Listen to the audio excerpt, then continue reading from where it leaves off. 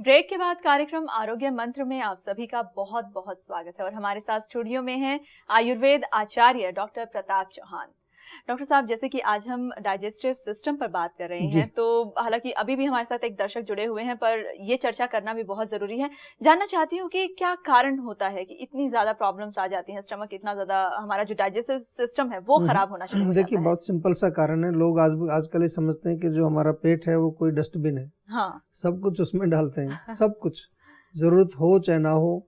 Over eating इसका बहुत बड़ा कॉज है, और जंक फूड का जो बहुत बड़ा कॉज है, और ऐसी ऐसी चीजें खाना जिसको कि हम आयुर्वेद में विरुद्ध भोजन बोलते हैं। विरुद्ध आहार यानी कि ऐसे एक ही समय पर 4-5 चीजें ऐसी खाना जो एक दूसरे के विपरीत होती हैं, इनकम्पेटेबल फूड उसको बोलते हैं हम लोग। इसके अनुसार खाना खाने का क्या तरीका, ये हम बिल्कुल आजकल भूल चुके हैं। बिल्कुल पहले आपने देखा होगा, लोग आराम से हाथ मुंह धो करके बैठ करके खाना खाया करते थे। अब तो लोग चलते चलते, खड़े हुए, ड्राइविंग करते हुए, पता नहीं किस किस तरह से, ज़्यादातर तो खड़े होकर खाना खाते हैं लोग। तो ये जो छोटी छोटी सी चीज़ें हैं जिनको हम ईटिंग रूल्स बोलते हैं, इनको फॉलो अगर हम ना करें, और खाना जो है किस समय क्या खाना चाहिए, अपनी अग्नि के अनुसार आपको खाना चाहिए, अपनी प्रकृति के अनुसार आपको खाना चाहिए, अपनी आयु के अनुसार आपको खाना चाहिए। ओल्ड एज हो गई है 70 साल की, लेकिन फिर भी जो है पराठा और जो मक्खन और राजमा और उड़द की दाल मखनी, शाही पनीर, वो चलता ही रहता है। जीभ जो है वो कभी जो है रुकती नहीं है। मतलब ये कि खाने पीने की सावधानी रखना बहुत जरूरी है। चर्चा इस पर करेंगे। फिलहाल हमारे साथ एक दर्शक जुड़े हुए हैं, आपका स्वागत करते हैं इस कार्यक्रम में। नमस्कार जी, आप अपना सवाल पूछिए। नमस्कार जी, मेरा नाम रेखा है, मैं महाराष्ट्र से बोल रही हूँ जी। मेरा 4 साल का बेटा है, उसके दिल में छेद है, तो क्या आयुर्वेद के ट्रीटमेंट से वो सही हो सकता है? देखिए, 4 साल का बेटा है आपका, दिल में छेद बताया डॉक्टर्स ने। पहले तो मैं आपको ये बताना चाहूँगा, कोई ज़्यादा आप घबराइए नहीं। आजकल इस तरह की समस्याएं बहुत सारे बच्चों में देखने को मिलती हैं। आगे चल के कॉम्प्लिकेशंस होते हैं, लेकिन आपको एक बहुत बढ़िया चीज़ मैं बताता हूँ कि आयुर्वेद में कुछ ऐसी जड़ी बूटियाँ हैं जो हृदय को शक्ति देती हैं, जो हमारे हार्ट की मसल्स को मजबूत रखती हैं, हृदय के फंक्शन को बहुत बढ़िया रखती हैं।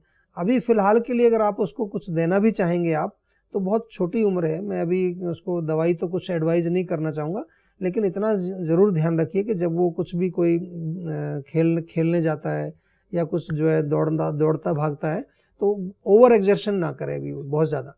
और साथ में जो है उसको खाने पीने में विशेष रूप से कैल्शियम वाली चीज़ें आप ज़्यादा दीजिए। दूध पिलाइए उसको, दही खिलाइए, मक्खन वगैरह खाए। कैल्शियम से जो है, कई बार हमने देखा है कि कैल्शियम की मात्रा अगर शरीर में जाए ज़्यादा, तो इस प्रकार के जो रोग से संबंधित जो लक्षण होते हैं उनमें कमी देखने में आती है।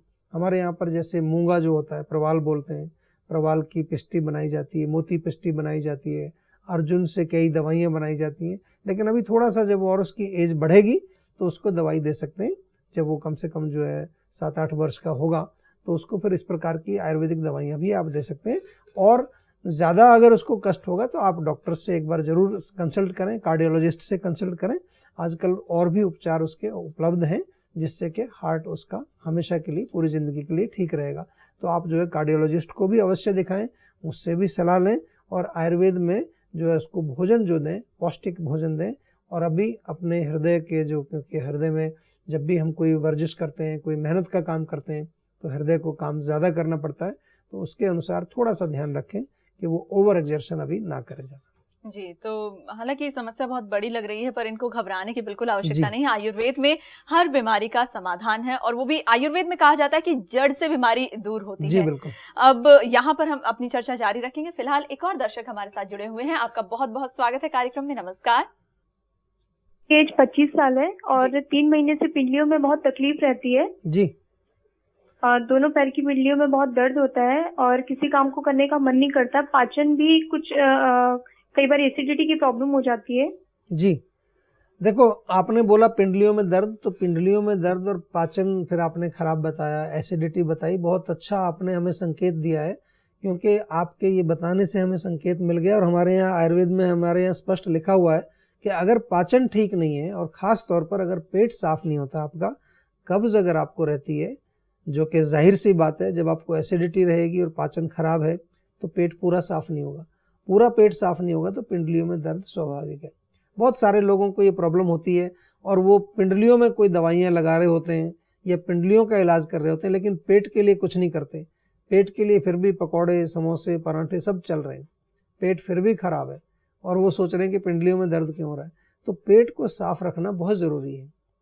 रात को सोते समय 1 चम्मच त्रिफला चूर्ण आप गुनगुने पानी से सेवन करें तो उससे आपका पेट भी साफ हो जाएगा, पिंडलियों का दर्द भी आपका चला जाएगा। और तिल के तेल की मालिश तो हम आपको बताते ही हमेशा, उससे आपको बहुत फायदा होगा और आपका रोग बिल्कुल ठीक हो जाएगा। जी बिल्कुल, थोड़ा सा ध्यान रखने की जरूरत है और बीमारी चाहे कितनी ही बड़ी क्यों ना हो, अगर एक बार वो समझ में आ जाए, उसको पकड़ लिया जाए तो उपचार तो बहुत आसानी से किया जा सकता है। इसी तरह की चर्चा यूं ही चलती रहेगी। फिलहाल यहाँ पर हम रुकेंगे एक छोटे से ब्रेक के लिए, कहीं मत जाइएगा, जल्द हाजिर होते हैं।